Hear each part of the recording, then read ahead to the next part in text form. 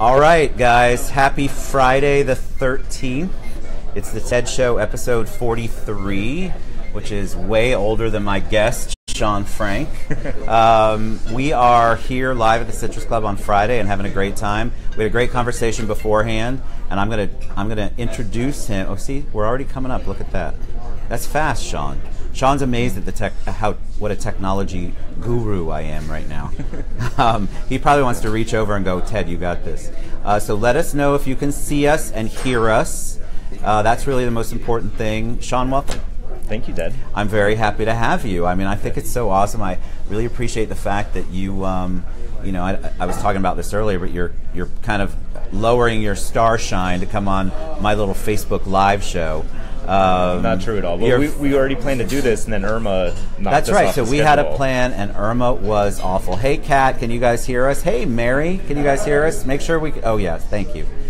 We did. So we had a plan, and then that went awry. Yes. And then I've been wanting to get you back on the schedule, and it's just been crazy, and, you know, we just had... October's already been nuts. So we met, we think, through curly-headed John Russell, Yes. right? Who I have known for a while. He and Paul Richards worked together and still do. Paul's with you too, right? Yes. So he's still with Mainframe. And they were both introduced to me by my friend Kelly Roth. So it just kind of all goes back. And then we all used to allegedly drink champagne up here on a daily basis. That's long before Mainframe. Hey, Althea. And then John's like, okay, you got to come to the office. And so I pass by your office all the time because I used to go to, I went to Shin. I still love that sushi there. And then what was it before Reyes? Citrus. Citrus, yes. Mm-hmm. That was the go-to place for downtown royalty, which is why I was never really ever there. But it was right across from their office. But then I started to hear rumblings about you changing the theme. So let's get into it. Tell me, you were born here, that I know, and you went to UCF. So give us a little background on you. So, born and raised Central Florida. I grew up in Longwood, graduated from Lake Brantley, went to UCF. Go Knights. Go Knights. I got my real estate license right out of high school, so it's been about a little over 15 years now. Got my broker's license in 2009. Since you had the business degree, is that what you originally wanted to do? Did you have family in the business? And no. What made you go to real estate then? It's funny because, you know, just like everybody that's in high school, they don't know what they want to do when they grow up.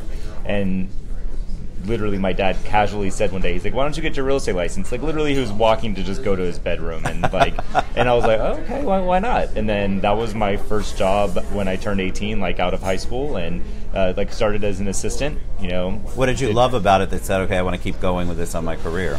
I mean, honestly, when I first got into real estate, I was like, what are all these fools that are in this industry? And, you know, this one of my biggest gripes is that there's a lot of people that it's so easy to get your license. Yes. Obviously, I did it like, I was the first one out of the test when I was 18, and I was like, I shouldn't have been the first one out. These other people should understand it better than me. But, and, you know, and as soon as I got my license, I was like, wow, I was like, the industry isn't really as professional as I was expecting or hoping. I was actually really let down by the industry when I first got in. And I stuck with it because that's the job that I started at when I was in college, Sure. So I kept at it. But you had to have a love for it in order to keep plugging through all the craziness, right?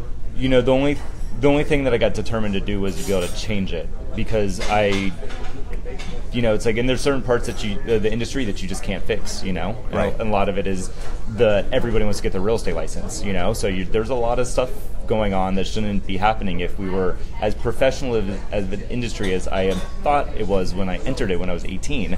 But when I entered at 18, I was like, wow, I'm already way ahead of some of these Rose-colored glasses, my friend. You were looking at that. And it's sure. the same in anything. I think it's the same in most industries that surround real estate. Insurance and mortgage are exactly the same. There's a lot of people in it that think, okay, I'm going to get in it. It's easy to pass the test, which sometimes it is, sometimes it isn't.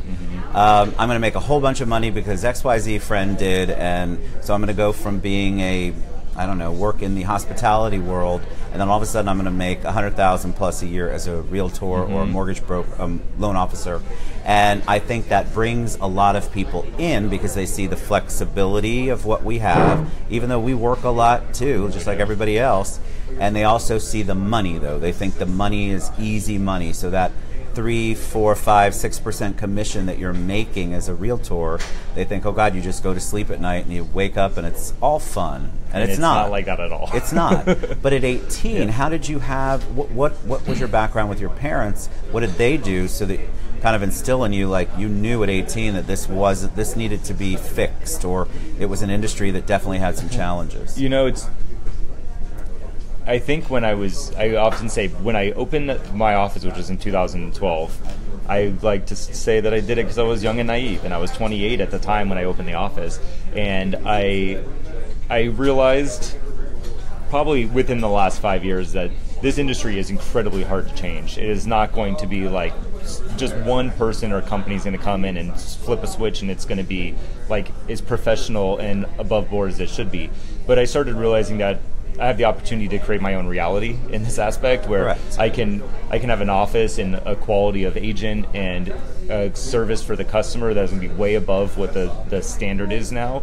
And so that's been my focus really from, since I had these realizations. The industry can't change. We just have to change what our environment, the experiences our customers have, because at the end of the day, you're still going to have all of these people that just got their real estate license pretending like they have the experience of a 20-year veteran, for example. Because if you think about it, and I want to talk about startups, you were basically a startup, and that can be universal as far as challenges that you have.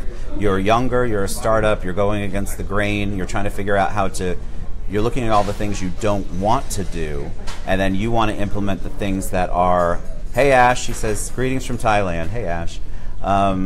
All the things that you don't want to do, and you're trying to make that into a company that you're happy with. And that isn't just a real estate brokerage, that can be anything. So when you started out, how did you go, okay, I'm going to do this, and what steps did you take, or what would you advise them to do or not to do? Because again, universally across the board, people could use that advice. Yeah, well, I think the number one mistake that most people can have when they get into business is they try to grow too fast. I say you have to crawl before you walk, you have to walk before you run, and a lot of people just want to run. And that's the quickest way to spend too much money, to not be able to hold up and be able to handle, like not having the systems to handle the growth, for example. I think that's the one thing, is that if I would have went as fast as I wanted to when I originally opened up the office, there would have been so many problems because you can only take it a day at a time. And so a lot of people are like, well, I'm just going to get a loan or get investors or whatever else. And I think that there was a lot that was learned from the recession, because people learn how much you can get screwed if you over leverage and something shifts. And so I've really always taken it a day at a time. I really believe in not over leveraging or trying to get higher valuations for the company or whatever, because it still has to grow at a day at a time. And I think that a lot of business owners make that fatal flaw because they just want it to grow so fast, but it's brick by brick. And if you don't, you're right, because if you don't have the customer service, or you don't have the processes in place to handle the volume that you may or may not be driving in, then immediately you start to get a reputation for, I don't return phone calls, I'm not delivering, I'm over-promising and under-delivering instead of vice versa. But I think you came onto the scene really fast, though. I mean, most people, I think, out there would say, where did Sean Frank come from so quickly? We talked a little bit about this. But you must have done your research, your homework. You may have come onto the scene, but that doesn't necessarily mean that you went all out and that you leveraged it so that you might have a risk of losing it all. Yeah. I mean, for me, it doesn't feel like it was fast. I opened my office over 5 years ago, and I feel like, we rebranded at the beginning of last year, and I feel like that was a huge catalyst for us getting to that next level.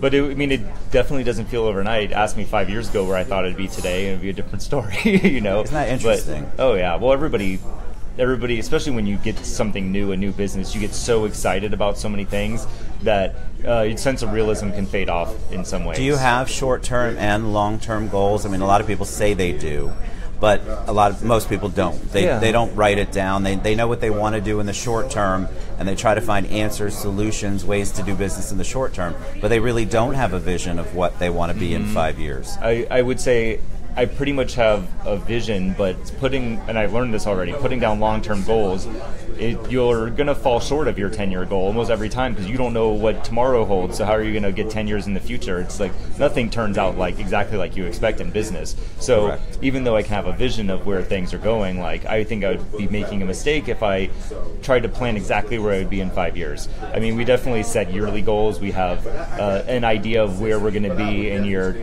next year, the year after, but That's good. It's hard though. to know. It's hard to read the future. It is hard Yeah. to read the future. So you have you have a technology or you're a techie. That's how self-described. I think that's the best way to say it. A self-described techie.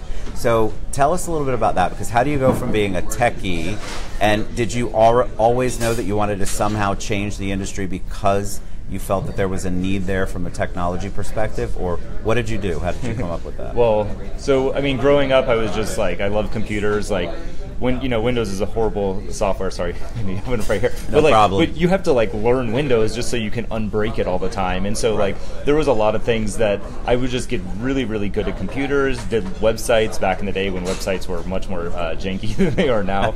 But so I've just always had a passion for technology and tinkering with things and seeing what I can do next. But when I got into the business when I was 18 as an assistant, the forms we filled out, you did it by hand or you put your form in a typewriter. Right.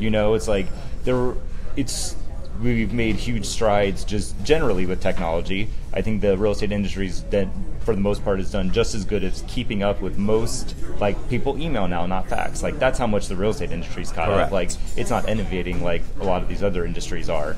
But so I just got so frustrated because I knew that we didn't have to be putting forms in a typewriter. And it was it wasn't efficient use of time. It wasn't effective the way they were doing that. things. And I came in, really my generation is the first where I grew up on a computer, and so I entered into an industry that was so antiquated, and I was getting frustrated all the time because I was like, wow, I can't believe that it's actually set up like this. Right. And there's been improvements, but compared to what I've created now and my experience with mainframe and how we do things, I think if I walked into any other brokerage, I would feel like it was 2002 again, because that's how far behind most real estate companies are right now. So when you set out to do mainframe, and mainframe must be some sort of hats off to your technology background, yeah. Right? I just actually realized that 2 seconds before I asked it. Sorry, a little slow. But that is an integral part of your business. You make the technology. You know what the needs are of your business, and this just doesn't have to be real estate. What he's done is he's created a back office so that the people that work with him can be more effective and efficient and get more sales because the back office is easier to work with, correct? Yes, absolutely. And so was it a lot of trial and error doing that? Was it beneficial? I mean, it must have been, or did you just know immediately, this is how I'm going to do it, and that's going to attract people? It kind of went like this. It was a little more haphazard than that, is that when I opened the office, I was actually, what I had worked on before I opened the office was 3D tours for real estate listings, and I had developed a prototype for a 3D tour before anybody was even talking about it. People thought I went to crazy town when I came up with this idea. So that's when I opened the office. It was my big idea at the time. But as soon as I opened the office, I was like, oh, I don't have a way to manage everything. And I know that one of my biggest frustrations with software is that when you go buy a piece of software off the shelf, you're going to hit your dead end in a week. Right. You're going to hit some limitation, then you're going to need another piece of software, and then you're going to need this and that, and then you just have fragmented software, multiple passwords. None of the systems talk to each other. Yes. So I just knew that if we were going to have the best thing out there and create the best experience for the agent, it was going to have to be completely customized. So, I mean, talk about brick by brick. I mean, most tech companies are like, I'm going to raise $10 million and hire software developers and whatever. We've been taking it a day at a time, and it's literally we build features as they're requested. And I think this is one of the things that's made this software so successful is we're building it based off of agent feedback and company feedback. Most software is developed by developers that don't understand what's happening on the ground level. So a lot of times those softwares don't turn out like expected because It was like a software engineer. Well, you're in the throes of it, and you're allowing it to be fluid. So as organic. it changes, as somebody goes, well, this isn't working for me, and go, wow, there's probably a better way to do that. You're in it, though. You understand it. You're not talking to somebody who's developing the software that has no idea what the industry is. Yeah. Or the worst thing is trying to, imagine getting software off the shelf, trying to figure out 100 workarounds because it doesn't do what you need it to do. Right.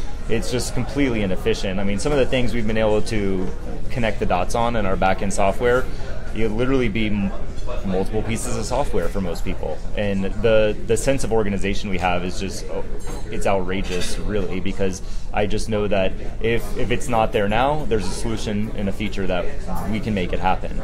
And so it's been excellent. It's been really great. I think a lot of people, like even people my age, so software can be scary. I'm not that technologically advanced. So if you said to me, I think what you've done, what I love, and I'm talking generalities and startups here, but what you've done is you've created an environment where even someone like me who may not be great at it, once I come in, I'm like, wow, because I would have never thought of what I need. And you've kind of anticipated the need with the software and made it easier. One of my close friends, Renee Holt, is a realtor for you, and that was her first comment. I mean, that's not our thing as technology necessarily, but the way that you've created it makes it so that it's accessible and it's actually something that we can work with or she can work with.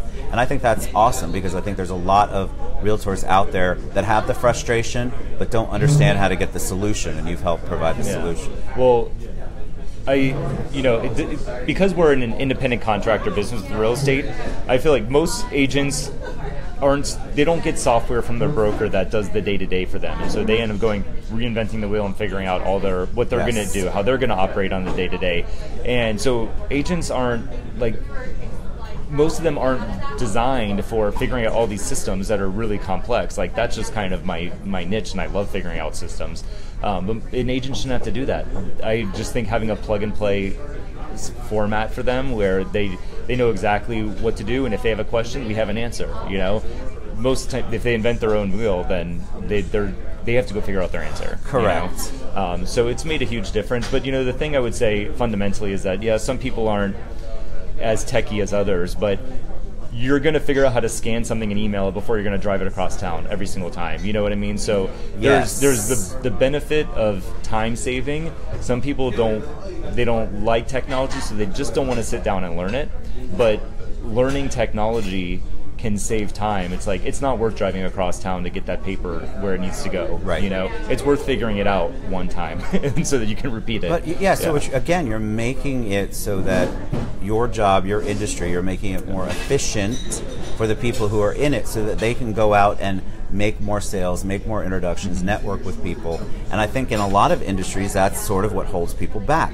You're so caught up in the minutia of paperwork. Yes. Like even on the loan side, so I have to do a 1003, and I'm not a paperwork person, but I know it's critical. So the software companies have made it, and each of the mortgage companies, and Fairway has been awesome, make it so easy for me that it's just like there's a drop-down box for everything. So if I just follow the drop-down boxes, I can be in and out of the 1003, which is the application, by the way, for a loan, in so much less time than the old days where I had to, I don't know, what does this mean, and what's this product, and you had to kind of guess. And so what's fantastic about, Dennis Burgess is here. Thanks for both your support, Sean Frank. Yeah, we love you, Dennis. But I think that's in all industries. Like, I have friends in other industries, and one of their biggest challenges is they don't, or even on a startup, they don't know how to bring all the information together, and they don't know they know what they want to do, but they are not techie enough. And then a lot of technology companies want to challenge them, or they're too expensive. And if you don't have it, you're not in it like you are. It's very hard to develop that kind of software to make you more efficient in your job. All right, so let's talk a little bit about you personally. So you're from here. What does Sean, because we talked a lot about business. I mean, he's a guru. Honestly, when I first started to hear about you, I was like, who is Sean Frank? And I've been so pleasantly surprised, because you were kind of an enigma for a while. A lot of people didn't know who you were. And then you had a lot of agents that were out there in the world, and you were not you grew up here, but a lot of people didn't know exactly who Sean Frank was. So what in Orlando, what do you do fun? What's your hobby? I didn't tell you I was going to ask you this question. So what is it that you like to do? Because obviously you run a very successful business with a lot of amazing realtor partners, but there has to be something that Sean Frank likes to do other than coding. Yeah, well, fortunately I don't do any of the coding myself anymore, but yeah, that's one of the hardest questions overall. Thanks for that. I'm definitely a workaholic, so sometimes it's even hard for me to step away from that and just relax. But it's just, I would say it's very much the typical types of things. Like, I like hanging out with people, going and doing things. Sometimes I like doing nothing. Sometimes nothing is what your body and your soul and your mind need, right? Nothing is the hardest thing to do. Sometimes nothing's the hardest thing to do, I agree, especially since we're all connected back to technology, to our phones. And so you're like a second away from all of the things that you're trying to get away from. Oh, yeah. And so I'm guilty of that too. But yeah, I think that people, especially people like you, any kind of business owner, startups, they invest so much time in building up the business that they forget they need to have a little bit of a break, try to give themselves a break. And I know he's looking at me like I'm insane, which is fine. It's one of the hardest things to do is like turn it off and just walk away for a little bit. Well, because first of all, this is your baby, right? Basically, I mean, you helped, you created this, you had the vision for it. Now you've got all these people around you that have the same vision. So yeah, it's hard to turn it off. Are you a night owl, or have you ever gotten a text message from me at 2 a.m? A lot of people have. There's Nicole. Hey, Nicole. That's only because I'm being nice. Do you go to bed? People like to know habits. So do you? Yeah, I mean, honestly, it's like sometimes I try to turn it off. Like, I've been really busy the last couple weeks. Like, I've been working 12+ hour days lately, and but the thing is that it's not work when you enjoy it, or correct. It's like it's most of what I'm doing is building the business, and it's much more behind the computer sort of stuff. It's not like I'm getting yelled at by customers anymore or anything like that. So I get, because in sales, that's kind of what happens. You're dealing with fires all day long. But now I get to really, now what I do is much more strategic and planning. So when you're working on a puzzle, like, get the gratification of finishing the puzzle is so much more. It's so much better than having it unfinished. Right. So I often I'm just obsessive about getting some of these things done. That's an entrepreneurial spirit. I think all of us kind of have. That's why I'll wake up in the middle of the night and go, oh God, I've got like 6 ideas, or why didn't I think of that, or let me write that down. And so I'm not so great at the relaxation, although people think that's what I do all day long, is just relax. It's not true, people. It's really not true. Don't believe the wine. This is pretend wine. But I think that a lot of people, when we're self-starters, and pretty much everybody in our industry is self-employed. Yeah. And so I think all of us have that spirit where we're like, this is our business, this is our baby. But I also think a lot of people do things that are not as productive as they could be. And that's sort of where old-fashioned real estate, for example, the mailers, nothing against mailers, but there's a lot of things that we do that are very cost prohibitive, but you spend the money and then you don't get the results that you think. But I think technology has allowed people to be more connected, social media, email, and do you all use that? How do you keep in touch with your client base? Like, when a realtor has their database, are there things that you all do internally to help them stay in touch? So when it comes to, we definitely harp on our agents. Most important thing that you can possibly do is keep up with all your relationships, because direct mailers and other types of things, it's like you're going fishing. You might have to wait a long time to catch a fish. Some days you don't catch one, Right. So we really encourage agents to do that, and we do certain types of marketing things, but nothing is great as the real personal touch, like a handwritten card. Yes, that goes so much further than some mass email.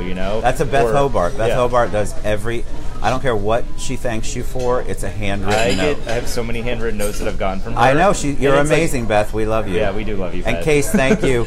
The pocket square. Nate Carrick gave me this pocket square, so nice. It's pretty cool. Yeah. But the handwritten notes are important, don't you think? In real phone calls, real text messages, these are things you can't fake through marketing campaigns, you know. So, and that's what people want. People want to know, wow, they were thinking about me, or they remembered our last conversation, and you know, or they just sent me their Christmas card or whatever it is. Right. You know, you just can't fake relationships and get it coming back to you like you can if you're sending those handwritten notes. Because nobody does those anymore, and they're so impactful. Like I had my crazy birthday party was last weekend, and I have so many gifts, and normally I would probably email everyone, and that's why I keep going on Facebook and saying I have not forgotten you, because I'm determined to follow Beth's example and handwrite thank you notes for that. Because the people took time, even though I said, please, please, please don't bring me anything.